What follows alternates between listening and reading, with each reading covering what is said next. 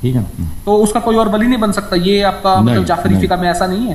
نہیں، پر اس کا کوئی ولی اچھا. نہیں. اگر اس کا والد زندہ نہیں ہے، دادا یا پردادا زندہ نہیں ہے، تو پھر اس کا کوئی ولی نہیں.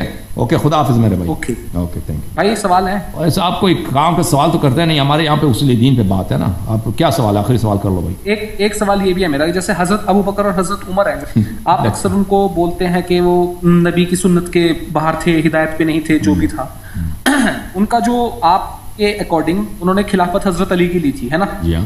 حضرت علی کا جو حق تھا خلافت، آپ یہی کہتے ہیں؟ کوئی تعجب ہے بھائی دنیا میں اگر پاور اسٹرگل ہو، دنیا میں پاور اسٹرگل ہو، یہ کوئی تعجب ہے اس میں؟ ایک شخص صاحب جو لیڈر ہے وہ دنیا سے چلا جاتا ہے، اس کے بعد پاور اسٹرگل ہوتی ہے، جو ناجائز لوگ پاور پہ قبضہ کریں، یہ دنیا میں کم ہوا ہے کیا؟ ایک میری بات تو سنو آپ. اگر حضرت ابو بکر نے حضرت علی کی خلافت جو تھی مطلب وہ لی ہے، اگر ان کا حق مارا ہے، تو اس وجہ سے وہ کافر تھوڑی ہوئیں گے؟ دیکھیں اگر کوئی شخص دین میں بدعت داخل کرتا ہے نا، وہ ڈیپینڈ کرتا ہے کہ آپ کس کی حق لیتے ہیں نا. آپ اگر کسی بچے کا حق لے لو تو اس سے آپ کافر تو نہیں ہوئے نا. لیکن اگر آپ دین میں بدعت داخل کرتے ہیں، لوگوں کو دین سے نکال دیتے ہیں، تو بالکل وہ کفر ہے. مثلا آپ کی خلافت شرعی نہیں ہے اور آپ کہتے ہیں میں یہ شرعی ہے، تو یہ بدعتی جو ہوتا ہے یہ کافر ہوتا ہے. اس کے علاوہ نصوص ہیں بہت زیادہ ہمارے اہل بیت طاہرین علیہم الصلوۃ والسلام سے، کہ جو اہل بیت علیہم الصلوۃ والسلام کا حق وہ ضائع کرے نا، حق ضائع کرے، جو اہل بیت علیہ السلام سے محبت نہ کرے، ان پہ ظلم کرے، وہ کافر ہوتا ہے. ٹھیک ہے نا. اگر آپ یہ کہتے ہیں کہ بھائی وہ تو پھر تو کلمہ تو پڑھتا تھا، پھر اس کے بعد جی کلمہ پڑھتا تھا، بہت سارے لوگ دنیا میں کلمہ پڑھتے ہیں لیکن اس کے باوجود وہ کافر ہوتا ہے. کلمہ پڑھنے کے باوجود ایک شخص جو کلمہ پڑھتا ہے، مثلا وہ کعبے کو جو ہے وہ گالی دیتا ہے، کعبے میں جا کے پیشاب کرنا چاہتا ہے، یہ کافر ہے، یہ واجب القتل. ٹھیک ہے نا. اس طرح نہیں ہے. اگر کوئی ہر شخص کلمہ پڑھتا ہے، وہ کلمہ پڑھنے کے بعد بھائی وہ کوئی کافر نہیں بنتا. نہیں، شہادتین پڑھنے کے بعد جو شخص شہادتین پڑھتا بھی ہے اس کے باوجود وہ کافر بن سکتا ہے. وہ دیکھنا پڑے گا اس کا عمل کون سا ہے. اگر عمل ایسا ہے کہ وہ کفری عمل ہے تو وہ کافر ہو سکتا ہے. ٹھیک ہے نا. بھائی میری بات تو سنو آپ. اگر انہوں نے حضرت علی کا حق لیا ہے نا، ابو بکر نے یا پھر حضرت عمر نے، تو وہ گناہ ہے. میں تو بول رہا ہوں بس آپ لیتے ہی مان لو.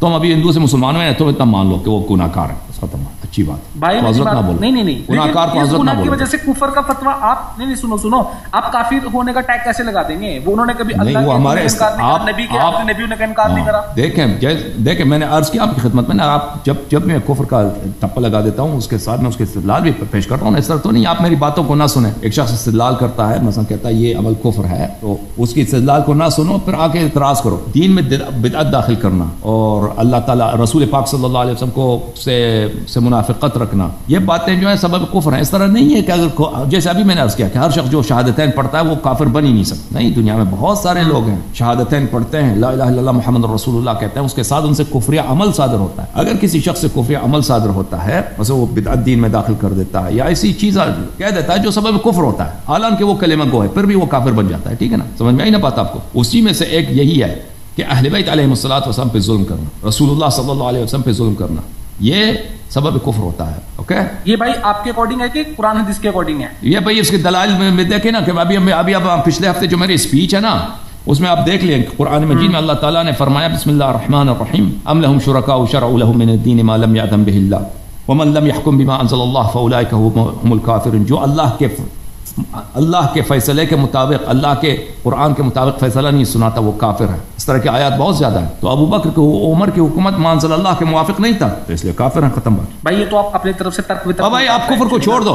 ابھی آپ بہت نیچے درجے پر ہیں نا. آپ کہتے تو کافر کو چھوڑ دیں، اتنا ہی آپ مان لو کہ ان کی خلافت باطل ہے. خلافت باطل ہے. اب وہ مسلمان بھی ہے نا، دنیا میں بہت سارے مسلمان ہیں گناہ کار، ان کی خلافت نہیں ہے، خلیفہ نہیں. آپ مان لو کہ ابھی وہ ان کی خلافت باطل ہے.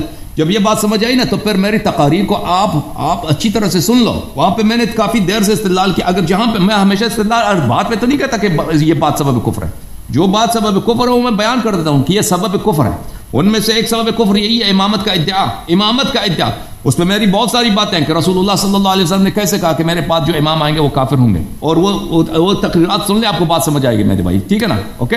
اور ہندو صاحب حضرت علی نے بھائی بیعت کری تھی حضرت ابو بکر کی؟ نہیں کی تھی. آپ ابھی آپ جو ہے وقت ضائع کر رہے ہیں. یہ باتیں ان باتوں کا میں نے بہت جواب دیا. آپ پلیز میری باتوں کو آپ اچھی طرح سے سن لیں, جن باتوں کا میں نے لیکچر دیا ان کو سن لیں. حسن بھائی لیکن آپ صرف اگر ایسا کریں گے کہ دوسری مطلب اہل سنت کی جو کتابیں ہیں ان کی آپ کوئی دلیل اگر مانیں گے ہی نہیں تو پھر وہ آپ کی بات کیوں ماننے؟ جب آپ ان کی کتاب ہی نہیں مان رہے تو آپ اگر ان کی بات صحیح ہے تو مانیں گے بھائی, بات یہی اگر ان کی بات صحیح ہے ہم مانیں گے, ٹھیک ہے نا. اگر ان کی بات غلط ہے نہیں مانیں گے. اس میں ہے کہ حضرت علی نے بیعت کری تھی, وہ کیوں نہیں مانیں گے آپ؟ بالکل صاف حدیث ہے, 6 مہینے بات یہی ہے نا کہ اب ان کی بیعت کی جو ہے نا وہ بخاری میں آپ دیکھیں حدیث میں ان کی موجود ہے کہ کس طرح انہوں نے بیعت کی تھی. بیعت کی تھی انہوں نے بیعت 6 مہینے تک بخاری میں جو حدیث ہے ان کی بیعت کی 6 مہینے تک انہوں نے بیعت نہیں کی تھی, پھر بیعت کیا تھا انہوں نے مجبوری کے تحت. وہ تو بخاری کی حدیث ہے, عائشہ کی حدیث ہے. اوکے ایک سوال اور تھا بھائی, اگر پتہ نہیں ان کو لنک ان کو کیوں آپ لوگ دیتے ہو میرے بھائی, یہ ہمارے آپریٹر صاحب. چلو کوئی بات نہیں بھائی, آپ انٹرسٹڈ نہیں ہو کہ آپ جواب تو دیں. آپ پہلے تحقیق کرو نا, ہماری تقریرات کو سن لو, کچھ پتہ ہی نہیں ایسے آگے. اوکے بھائی تحقیقات ہے, آپ جواب نہیں دے رہے اس لیے شاید آپ جو ہے نا آپ پہلے ہماری باتوں کو سن لو اچھی طرح سے, ہماری تقریرات کو سن لو کہ جہاں پہ میں نے کفر کا ٹپا لگایا وہ کیوں لگایا. مثلا یہ قرآن کی آیت میں اب ومن لم يحكم بما انزل الله فاولئك هم الكافرون, یہ قرآن کی آیت ہے. جو اللہ کے فیصلے کے مطابق وہ فیصلہ نہیں سناتا سبب آیات ہے. جو شخص اللہ تعالیٰ پہ افترا کرتا ہے وہ کاذب ہوتا ہے. ایک شخص آ کے کہتا ہے کہ مثلا رسول اللہ صلی اللہ علیہ وسلم پہ افترا باندھتا ہے کہ میں اس کا خلیفہ ہوں, میں اس کا جانشین ہوں, میری امامت آپ پہ واجب ہے. جو شرعی خلیفہ ہے اس کے اتباع نہیں کرتا, اس کو گھر بٹھا دیتا ہے, اس کو خاموش کرا لیتا ہے. تو واضح بات ہے کہ یہ ومن لم يحكم بما انزل الله فاولئك هم الكافرون ومن اظلم ممن افترى على الله كذبا او كذب بآياته, یہ آیت اس پہ لاگو